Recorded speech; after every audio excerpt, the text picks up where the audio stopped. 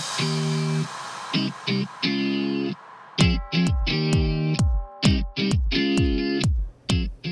on UTTV, we're hooking you up with ways to keep you and your kids safe.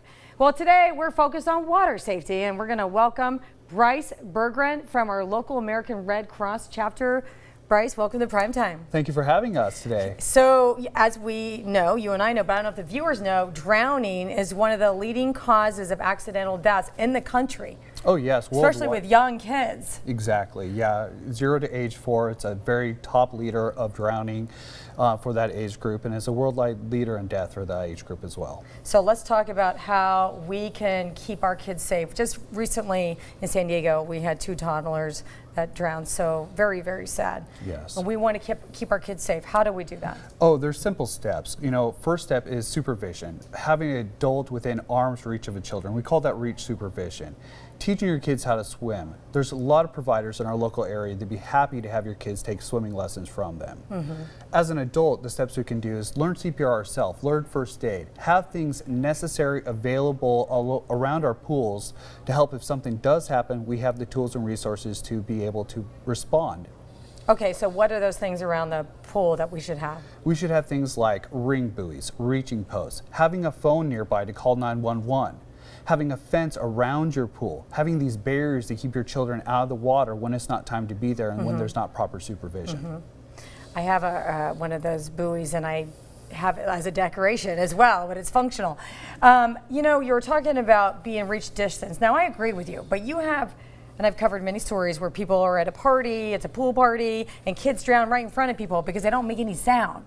And the parents are drinking or whatever, and one parent thinks the other parent's watching. Next thing you know, you have a kid floating. That's where it's great to have like a dedicated adult, have some way identifying them as the dedicated water watcher, somebody that's going to take that active role of providing supervision. Because like you said, or hire someone to do that lifeguard when you're having a party. Yes, any steps you can take to provide supervision for the children is a step that's necessary for their survival and their safety while enjoying water. And people, I think, assume that when a child is drowning, or anybody for that matter, they're splashing, screaming. That doesn't happen. Talk about that. They've been watching a little too many TV shows, I think. And so it can be happen silently. There's can be things that attract them to the pool, like leaving toys out. Little kids. Those kind of things need to be removed after you're done enjoying the pool. If you have one of those portable pools that are just like little plastic things, flip them over, get the kids water drown out in those little pools. And buckets, toilets, bathtubs. Anytime they're standing water, any depth of water could be a risk for them. And so removing those hazards are steps that you can take, simple steps, to avoid these situations. Yeah, because you know kids are compulsive and they're looking to fun. They just have their target and they're compulsive, and with that they can die being that way. But another thing, you know, older kids and adults hit their head on the side of the pool, they're down. Exactly. So have a buddy system and have somebody watching as well. Show us what you brought here.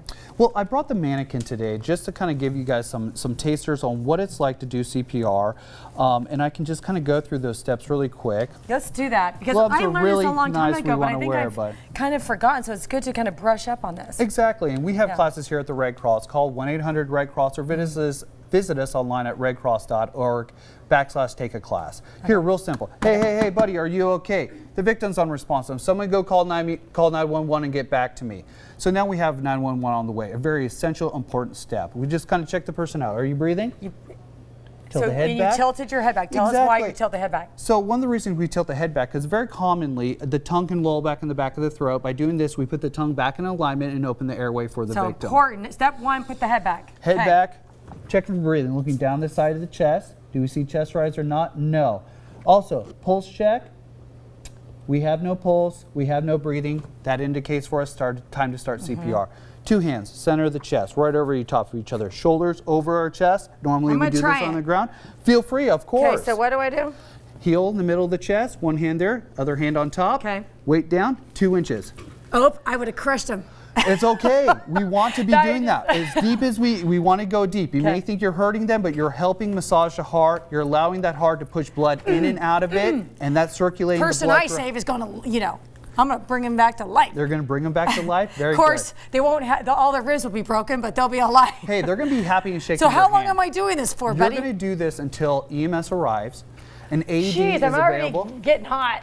Yeah, it can take quite a while. It's a bit of Don't you at this point turn your head or something so the water can come out, or no? No, if something was to happen like that, they start vomiting or something like Yeah, that. then what One's happens? a good sign. Like one, we go. Draw them away from us so we don't get puked on. That's one thing. You hold them here, let them vomit. Do we care if we get puked on? No, we're saving a life. No, absolutely not. We do are not saving care. a life. You know, who cares? Us mothers get peed on, pooped on, puked on. Yes, Doesn't ma'am. matter.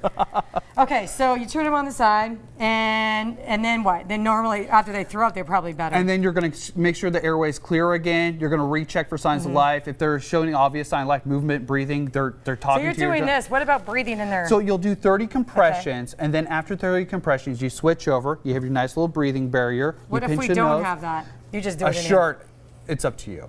You just go for it. You save just a go. life. You're saving a life at this Yeah. instance. We do teach different levels of CPR training, from hands-only CPR all the way up to the professional rescuer, which would be police officers, doctors, nurses, firefighters, So et you cetera. do this how many times before you? 30 compressions, followed by 2 breaths. Okay, show us the breath. Oh, sure. Did you close? Are you pinching his nose? I pinch his nose Okay, so the never air mind. doesn't come out the top, and then I use it, adequate seal over the mouth. And you'll see that chest rise up and down So just that's like really so. important. You breathe in air, and then they're getting your exhale, though. They are, and that does have a certain amount of oxygen, which I is was gonna going say. back out. Yeah, it's not just carbon monoxide or That's what I dioxide. was thinking. Yeah. Oh, okay, good. No, it's going to show because there's a little bit of leftover residual oxygen in the body, but as time passes, that gets used up. So to keep the vital organs alive, because that's what we're trying Yeah. to do by reintroducing new oxygen, then doing the compressions, which circulates that oxygenated blood throughout the body, keeping the brain, heart, lungs, all that stuff. Perfect. Rewrap real quick. Tell us what, again, the steps and how Okay. many times. Check. 911. Important. Look, listen, and feel. 10 seconds. You have no pulse, no breathing. Start CPR. Okay. 30 compressions. 30. 2 breaths. 30 compressions. 2 breaths. 32, 32, 30 and 32. 2. Perfect. 32, 32. If you like the song "Staying Alive," Yeah. you can sing that along as you're going along to it. And this is obvious. Why do you have this? Well, we have that just to talk about importance of summer, staying hydrated. That's a big contributing factor to injuries, getting tired, worn out. That's when we're talking about ocean. We're talking about open water. We're talking about kids that perhaps have been in the water way too long. Time to get out, have a meal break, drink, refluid, rehydrate, go back and enjoy the water. But let's take those rest breaks every once in a while. Because that's when people are more likely Exactly. to break down. Okay. Thank you so much No for problem. coming on Prime Thank you. Time. Appreciate that. What Thank you an for having honor. us today. Hopefully we saved a lot of lives here today. That's the goal. We want to save Okay. everybody.